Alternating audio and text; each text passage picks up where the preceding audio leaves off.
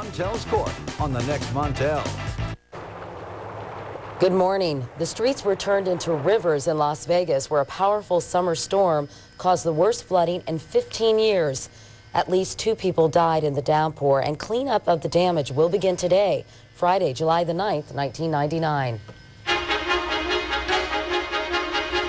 From NBC News, this is Today with Katie Couric and Matt Lauer, live from Studio 1A in Rockefeller Plaza. And welcome to Today on this Friday morning, everyone. I'm Katie Couric. And I'm Al Roker. Matt's going to be back on Monday. And Katie, the storm in Las Vegas, they picked up 4 inches of rain in 24 hours. That's more than they get in a whole year. Wow, and more is in the forecast, That's is that right? More of that same moisture is in that area. Well, it's a real mess, Al. And we're going to have details on the flooding from the news desk in just a moment. Now, good morning, everyone.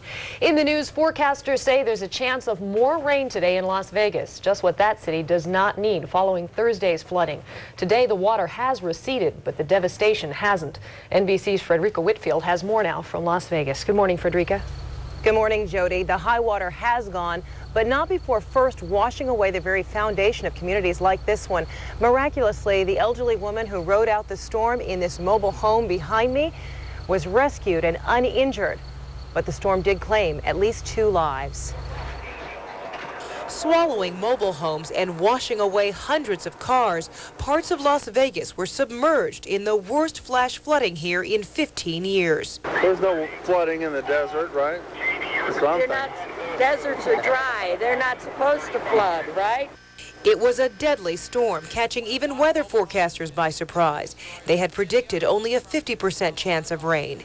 In the first 2 hours of the afternoon storm, a whopping 4 inches of rain fell, about what Las Vegas averages in an entire year. With cars being sucked underwater, there were dramatic rescues of motorists. It was no illusion. Even parts of the famous Strip were transformed into one big lake. Some tourists had to take refuge inside casinos. We're from Canada, Edmonton, and we get minus 40 weather all the time, but nothing like this. This is really wild. People whose businesses were soaked in mud tried to salvage what they could. Mick Costos said it'll take him months to clean up. And the water kept rising, so we had to lock the door to keep the water out, and then it kept coming from underneath, and before you know it, all this came through.